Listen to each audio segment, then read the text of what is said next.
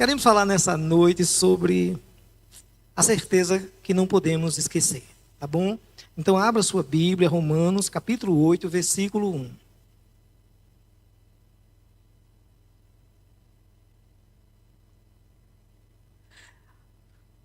Acho que eu vou providenciar um ponto, viu, Ismaíra? Romanos 8, 1, em nome de Jesus. Que bom estarmos aqui.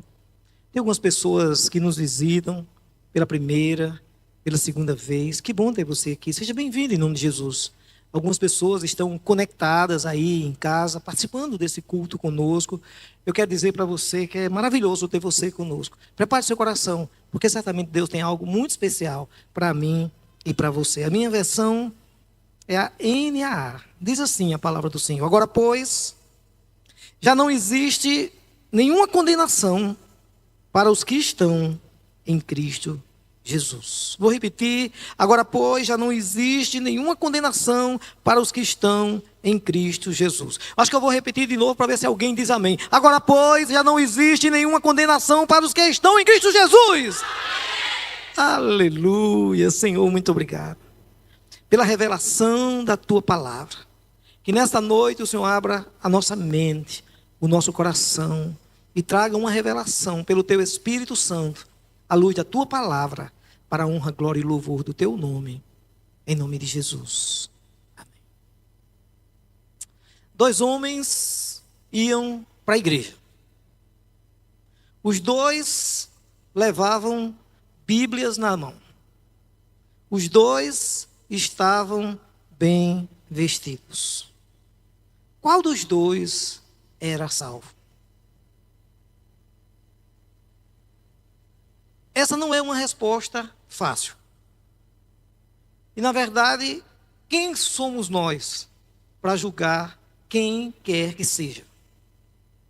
Mas a palavra de Deus nos traz grandes revelações que nos leva a pensar sobre isso e descobrir com quem eu me identifico no caso desses dois homens. Eu particularmente, irmãos, se eu tivesse que escolher um dos livros da Bíblia, se fosse hoje nós temos todos compilados no mesmo lugar. Mas se fosse na época que eram os rolos diferentes dos livros da Bíblia, se eu tivesse de escolher apenas um livro para ser aquele que eu ia guardar como um tesouro na minha casa, certamente eu escolheria o livro de Romanos. E se fosse para escolher apenas um capítulo, talvez eu escolhesse o capítulo 8 do livro de Romanos. Não sei. Se fosse para escolher apenas um versículo, eu sei que a maioria iria escolher João 3,16, mas talvez também eu escolhesse Romanos 8,1. Sabe, irmãos? O livro de Romanos é riquíssimo. Se a gente começar a ler, a estudar, a meditar no livro de Romanos, com certeza, assim como aconteceu com várias pessoas, alguns até que se diziam ateus e se tornaram grandes líderes da igreja, ou grandes escritores, certamente alguém vai se converter se ler o livro de Romanos. Romanos capítulo 1, versículo 16 e 17, mostra que o Evangelho é o poder de Deus para a salvação de todo aquele que crê. Depois de escrever o capítulo 1, mostrando a situação caótica da humanidade e também as consequências, ou melhor dizendo, aonde a idolatria leva, no versículo 26, mostra as consequências desse pecado e as consequências dessa idolatria. Porque diz o texto que Deus entregou o homem às suas próprias concupiscências, ou seja, aos desejos do seu coração, para fazer coisas inconvenientes, que não é segundo a vontade de Deus. A verdade é que você continua lendo, e aí, como eu falei aqui na introdução, em Romanos capítulo 2, versículo 1, diz: cuidado para não julgar os outros. É muito fácil a gente apontar o dedo para quem quer que seja, quando na verdade, quando você aponta o dedo para alguém, você está apontando um para alguém, um para Deus e 3 para mim. Então, Paulo diz, não julgueis. E por que ele diz isso? Ele traz a revelação em Romanos 3, 23. Porque todos pecaram e destituídos estão da glória de Deus. Não existe justo um sequer. O único justo que houve nessa terra, pegaram ele e crucificaram e o mataram, crucificando numa cruz. A verdade é essa. E as consequências do pecado, o apóstolo Paulo também revela. Em Romanos capítulo 6, versículo 23, diz que o salário do pecado é mas o dom gratuito de Deus é o quê? A vida eterna. Então, irmãos, quando chegamos em Romanos 8, depois de tudo isso que a gente vai meditando a partir do capítulo 1 no livro de Romanos, quando chegamos no capítulo 8, Paulo como que levanta a bandeira da graça. Claro, ele tem falado isso desde o capítulo 4, levanta a bandeira da graça que você conquistou pela fé, como ele tem ensinado no capítulo 4, usando como exemplo o pai da fé chamado Abraão, que ele foi salvo, não pelas obras, mas pela fé. É nesse contexto que a gente leu o texto no início, que ele diz agora, pois já não existe nenhuma condenação para os que estão em Cristo Jesus. Então assim, irmãos, já pensou que bênção? Que revelação tremenda do Espírito Santo de Deus, usando o apóstolo Paulo, que escreveu essa carta à igreja na capital do império em Roma, mas esta revelação dada pelo Espírito Santo não é apenas para a igreja em Roma, mas é também para a primeira igreja batista do Castelo Branco. Esta revelação não é apenas institucional, mas é uma revelação pessoal. Por isso, irmãos, a gente precisa ler. Não é apenas ler e entender. A gente precisa ler e crer que já não existe nenhuma condenação para os que estão em Cristo Jesus. Por isso que eu forcei a barra um pouquinho, porque depois de você ler uma revelação tão tremenda do Espírito Santo, a gente tem que vibrar, tem que se alegrar, tem que dar um glória a Deus, tem que dizer amém. Assim, irmãos, mas a pergunta que não quer calar: o que realmente esse versículo significa? Então, vem comigo, vamos ver. Irmãos, em primeiro lugar, o que esse versículo significa? Aqui sim, viu? Anistia ampla, geral e restrita. Irmãos, sim. Veja que ele diz, agora pois. Não é algo que você vai receber no futuro. Não foi algo que você recebeu no passado. Diante de tamanha revelação, ele diz, agora pois, é uma realidade presente. O tribunal do céu já proferiu a sentença. Agora pois, já nenhuma condenação há para os que estão em Cristo Jesus. E é preciso que fique claro, irmãos, não é uma questão de ausência de culpa. É ausência de condenação. E por que eu sou culpado? Já que, como Paulo escreveu em Romanos 3, 23, todos, então eu digo, tô dentro, todos pecaram e eu também. E aquele tinha dito que o salário ou as consequências do pecado é a morte. É o que juridicamente são as condenações, o resultado, as consequências do meu pecado. Já que a verdade, como eu disse, não é a ausência de culpa, mas é a ausência de condenação. Por quê? Já que eu sou culpado, e por que eu não mereço a morte? Por que eu não mereço a cruz? Por que eu não sou condenado ao inferno? Simples, irmãos. Essa é a mensagem do Evangelho, que é o poder de Deus para a salvação de todo aquele que crê. Porque Jesus tomou o meu lugar. Jesus tomou o seu lugar. Só quem entendeu foi Ximena. Eu vou repetir, Jesus tomou o seu lugar, irmãos. Você estava condenado. Sabe aquela mãe que disse, esse menino é um condenado. Na verdade, todos nós estávamos condenados ao inferno. Mas Jesus, Ele tomou o meu lugar, Ele tomou o seu lugar, Ele pagou o preço que nos era proposto por causa do nosso pecado. E como diz João, o sangue de Jesus Cristo nos purifica de todo pecado. Que bênção, irmãos. Por quê? Porque agora, pois, já não existe nenhuma condenação para os que estão em Cristo Jesus. Mas é preciso que se fale, em segundo lugar, irmãos, que esta mensagem é exclusiva. Não é para qualquer um, irmãos. Não é uma questão de religião. Até porque os dois homens eram religiosos. Aqui existe uma condição. Leia de novo. Agora, pois, já não existe condenação para ninguém. É assim que diz aí na sua Bíblia? Não. Já não existe condenação para os que estão em Cristo Jesus. Eis a condição, irmãos. A condição é estar em Cristo. E o que significa estar em Cristo? Estar ligado a Ele. Estar obedecendo a sua vontade. Estar debaixo da sua autoridade. Sob o seu senhorio. Seguindo a direção do seu Santo Espírito. Não é uma questão de religião ou de religiosidade. É uma questão de fé, de obediência, de entrega plena, total e restrita.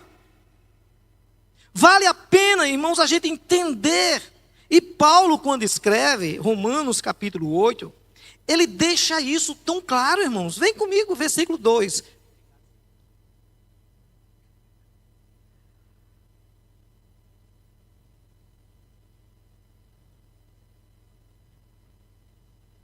Romanos 8, 2, ele diz assim, vem comigo.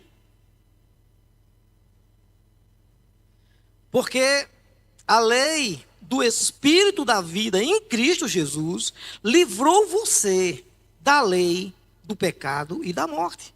Versículo 3. Porque aquilo que a lei não podia fazer, por causa da fraqueza da carne, isso Deus fez enviando seu próprio Filho em semelhança de carne pecaminosa. E no que diz respeito ao pecado? E assim, Deus condenou o pecado na carne, a fim de que a exigência da lei se cumprisse em nós, que não vivemos segundo a carne, mas segundo o Espírito. Foi assim, irmãos. Precisava ser resolvido o problema do pecado na carne. E assim como por um só homem entrou o pecado no mundo, através de Adão, era necessário que por um só homem também o pecado fosse vencido. E o nome dele, Jesus Cristo de Nazaré. Então, meus amados, a verdade é que a solução desse problema foi dado pelo próprio Deus. Quando em João 3,16, é o versículo central da mensagem do Evangelho, Deus amou o mundo de tal maneira que deu o seu Filho unigênito, para que todo aquele que nele crê não pereça, mas tenha a vida eterna. Quando Paulo escreve aos Efésios, capítulo 2, versículo 8, ele diz assim, pela graça sois salvos, por meio da fé. Isso não vem de vós, é dom de Deus. Não vem de obras, para que ninguém se glorie.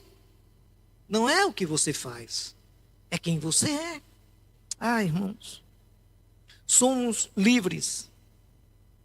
Quando recebemos Jesus como Senhor e Salvador da nossa vida, lá em João capítulo 1, versículo 12, versículos 11 e 2, diz que ele veio para o que era seu, mas os seus não receberam. Mas a todos quantos o receberam, deu-lhes o direito de se tornarem filhos de Deus, aos que creem no seu nome.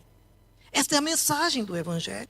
Esta é a grande revelação. E aqui, escrevendo aos Romanos, o apóstolo Paulo, ele deixa claro que somos livres. Não para pecar, mas para viver a fé. Somos livres porque temos o direito de escolha. Andar na carne, fazendo a vontade da carne, satisfazendo os desejos da carne, ou andar em espírito. Então, assim, esta é uma decisão que está sobre mim, sobre você. Essa é uma decisão pessoal, particular, e só quem decide é você. Eu não posso decidir pela minha esposa. Eu não posso decidir pelo meu filho. Eu não posso decidir por uma ovelha que eu tanto amo. A decisão é sua. Vem comigo. Versículos 6 a 9. E nós vamos descobrir as consequências disso aqui. Versículos 6 a 9. Diz assim: pois a inclinação da carne é morte, mas a do espírito é vida e paz. Porque a inclinação da carne é inimizade contra Deus, pois não está sujeita à lei de Deus, nem mesmo pode estar. Portanto, os que estão na carne não podem agradar a Deus. Vocês, porém, não estão na carne, mas no Espírito, se de fato o Espírito de Deus habita em vocês. E se alguém não tem o Espírito de Cristo, esse tal não é dele. Para que fique claro, caminhos opostos. O caminho da carne leva à morte. O caminho do Espírito leva à vida e paz. A decisão está em suas mãos. A lei pode mostrar os nossos erros. A lei pode apontar a sua culpa, mas não pode lhe condenar. A decisão é sua. De ir para o céu ou ir para o inferno. De andar na carne ou andar no espírito. Uma coisa é certa. É que Deus enviou o seu Filho para lhe dar e dar a mim também a oportunidade de abandonarmos o pecado e andarmos em novidade de vida. Em Romanos capítulo 5, versículo 1, ele diz: justificados, pois, olha aí, mediante a fé, temos paz com Deus por meio do nosso Senhor Jesus Cristo, pelo qual obtivemos também acesso pela fé a esta graça na qual estamos firmes e nos gloriamos na esperança da glória de Deus. E não somente isso, mas também nos gloriamos nas tribulações, sabendo que a tribulação produz perseverança, a perseverança produz experiência, a experiência produz esperança. Ora, a esperança não nos deixa decepcionados, porque o amor de Deus é derramado em nossos corações pelo Espírito Santo que nos foi dado. Você já foi justificado. Porque Cristo, versículo 6 ainda de Romanos capítulo 5, porque Cristo, quando nós ainda éramos fracos, morreu ao seu tempo pelos ímpios. A salvação não é porque eu sou bonzinho, porque eu nunca pequei, porque eu obedeço a Bíblia de Gênesis aos mapas. Não, esse é o nosso alvo, esse é o desejo do nosso coração, devemos andar e viver para isso. Mas o pecado é real, está no mundo, influencia a nossa vida, afeta a nossa vida por aquilo que a gente vê, por aquilo que a gente ouve. E seja um filme, seja um vídeo, seja, sei lá, de repente um jogo de videogame, ou sei lá o quê, ou quando você vai no shopping Manaíra, você corre o risco de pecar. Mas a verdade é que tem solução para isso, e é Jesus. Olha aí o versículo 10 de Romanos capítulo 8. Se porém Cristo está em vocês, olha a solução aí. O corpo na verdade está morto por causa do pecado, mas o Espírito, está com E maiúsculo, é vida, é o Espírito Santo por causa da justiça. Que justiça? Que Jesus foi à cruz, pagou o preço pelos meus pecados e pelos seus pecados. A questão não é se você frequenta uma igreja, mas se Cristo está em você. A questão não é se eu mudei de religião. A pergunta que não quer calar é se Cristo está em você, pois nenhuma condenação há para os que estão em Cristo Jesus. A questão é se você nasceu de novo. E se você tem o Espírito Santo. Veja aí, versículo 11 de Romanos capítulo 8.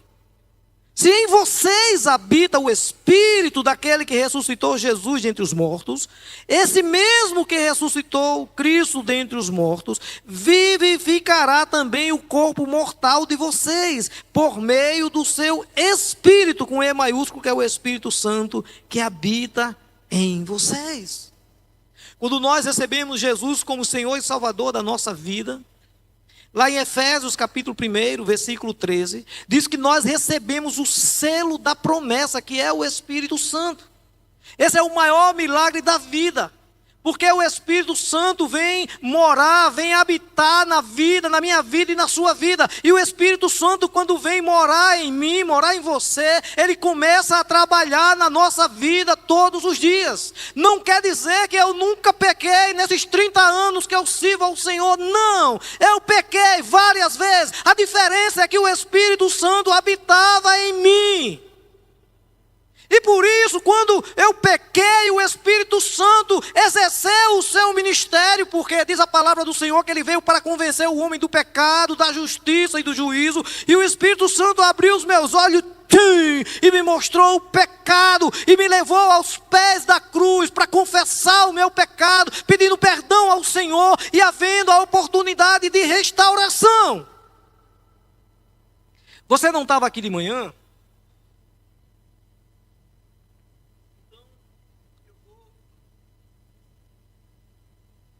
Eu vou dar uma palhinha para você, tá certo? Com sua permissão, Sérgio. Sérgio contou aqui de manhã. Terça-feira temos culto de oração. Mas na quarta, 7 horas da noite, também tem oração aqui, de joelhos. Sérgio é o líder do ministério de oração dessa igreja. Então ele saiu de casa, viu um acidente de moto, e ele foi por outra rua, viu um cara pelo acostamento, bate no carro dele. Ele desceu brabo. O sargentão se levantou e foi para cima do caba. E quando ele foi, quase pegando o caba pelo pescoço, Juninho, o Espírito Santo disse a ele: olha a camisa. Ele olhou a camisa, estava escrito assim: eu sou nova criatura. E tinha dado uns 3 gritos no caba. Aí o caba disse: mas por que o senhor está gritando? Aí ele: eita, caba. Meus irmãos, isso é ação do Espírito Santo de Deus. Ele é que nos leva à consciência do pecado. Mais do que isso, é ele que nos leva ao arrependimento. Na mesma hora ele pediu perdão ao rapaz e tal, e pronto, resolveu. Os problemas depois resolve. Mas na verdade o principal foi que naquele momento o Espírito Santo veio e falou, e mostrou, e ministrou. Ah, irmãos, eu quero já concluir, porque sobre aqueles 2 homens que eu falei no início. Os 2 caminhavam lado a lado. Os 2 estavam bem vestidos. Os 2 carregavam a Bíblia na mão. Eu fico pensando que eles chegaram na igreja. Então os 2 são recebidos com alegria, com Maria Sorriso e a equipe da recepção. Distribuiu também simpatia. Os 2 entraram no culto. Um louvor maravilhoso, cheio de unção como esse nosso aqui. Então os 2 cantam, levantam as mãos, batem palmas e até entregam seus dízimos e as suas ofertas. Mas a questão é: qual dos 2 é o verdadeiro crente e o outro é Denorex? Você não sabe o que é isso? É só a turma da antiga aí. Parece, mas não é. Existe, irmãos, é verdade. Como é que eu sei disso? É que um anda segundo a carne e o outro anda segundo o Espírito.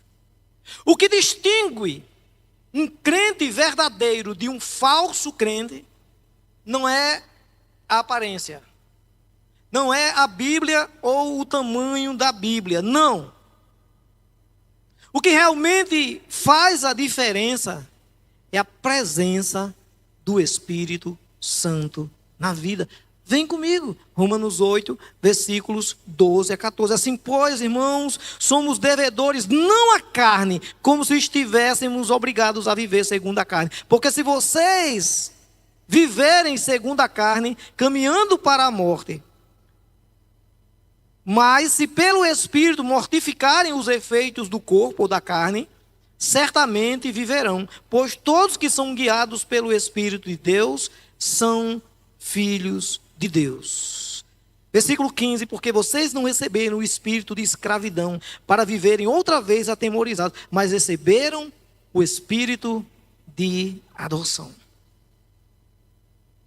A salvação, irmãos, não é apenas perdão dos pecados e livramento da condenação. A salvação é muito mais do que isso.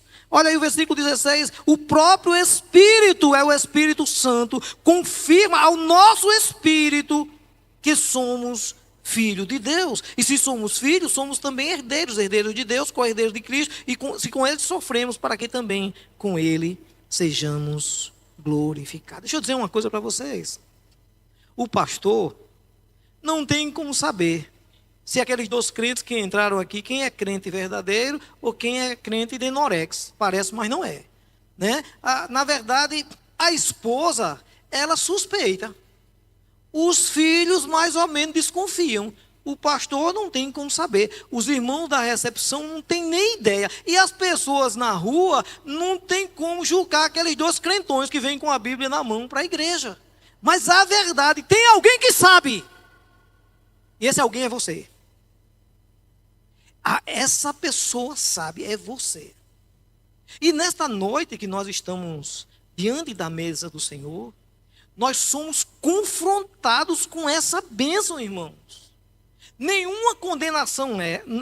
Agora, pois, já não existe nenhuma condenação para os que estão em Cristo Jesus.